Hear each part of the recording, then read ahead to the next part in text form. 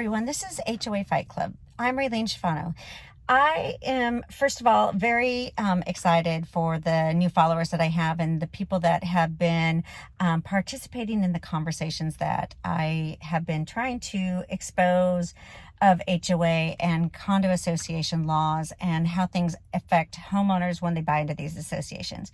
I also helped a association that was a senior community this week decide on whether they were going to expand their association. Most people don't know that you have to follow the CC&Rs to expand an association. Only the developer usually has the right to expand and amend the declaration at the beginning to add land and that. So once that CC&Rs and those declarations have been turned over to the board and the homeowners, that doesn't apply anymore. You can't just add land to or new homes to an association. You would have to amend the CC&Rs, pretty much get rid of the declaration and start over. Well, if you start over, what happens? So I looked into this if you started an association over and there's a developer and he's going to build 10 new homes and add it to your association, you have to completely dissolve one corporation and start with another. Well, if you do dissolve that corporation, in this state, you had to have 100% of the vote of the people to be able to dissolve the corporation, which the board didn't know that. That's the state law. That's what, they have to go by. So when this developer approached this association, he wanted to add 10 homes and he said that he would rewrite the CC&Rs for the association, which how convenient is that, right? The developer writing CC&Rs? No way. So when I looked through the CC&Rs, it states they can't add land. The only way they can do it is if they dissolve the corporation and redo it. So looking at this now, what is the process for the association? So the association took a vote. They did follow through with it, but it ended up getting defeated by the board's vote once they realized that the CC&Rs didn't go for it and the troubles it would be. Now, adding these 10 parcels would add a huge responsibility to an association. And the reason the developer wanted to get into this was because he needs access to the road and he needs access to the sewer system. Well, how convenient for the developer. The developer did not offer to compensate the association or anything like that. He just told him it was going to be great and wonderful. Well, I don't think it's so great and so wonderful having new people in the neighborhood and having to try and reestablish everything. Think of the cost of the lawyer fees that this association would have to pay to redo the declaration, redo the bylaws. And in the end, they would end up taking care of 10 more homes, which if these homes had issues, according to these bylaws, they had to take care of everything. So just like a limited common area. So I just would be very concerned if a developer approaches an association. There is no reason to have two associations combine after, I think this first association was built in, the 70s. So having a brand new corporation of homes is not going to be good for an old condo association. So I advised against it using the CC&Rs. Now, after I did this for the association, which I did for free, which was great because I got to help an association for free, which was my first one. And after I did that, they asked me to go through their CC&Rs and make it so that the CC&Rs are understandable.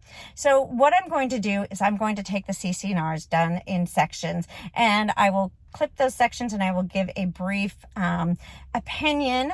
It is my opinion and interpretation of what that declaration item means. And, just having people kind of know what their CC&Rs are and how to read them and what they mean. And, using the word shall means you have to do it. Using the word may means, it could be a decision or a vote. So you have to really know your CC&Rs to be able to understand them. But CC&Rs are written in attorney terms.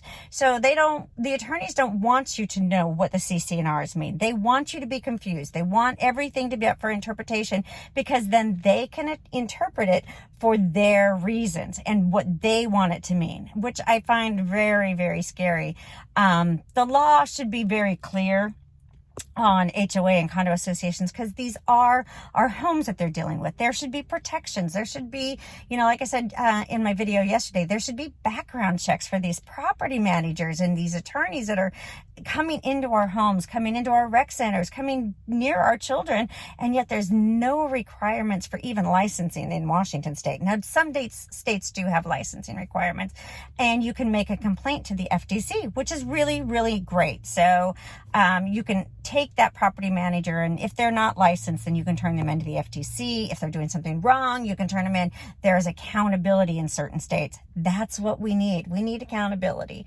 So as I go through this and I'm helping, homeowners, I really want to stress that I don't just help homeowners. I help associations not spend any more money on attorneys that are going to delay, deny, deflect everything that the homeowners and even the board wants. Now, the one good thing about this board and this association was there was no attorneys and property managers.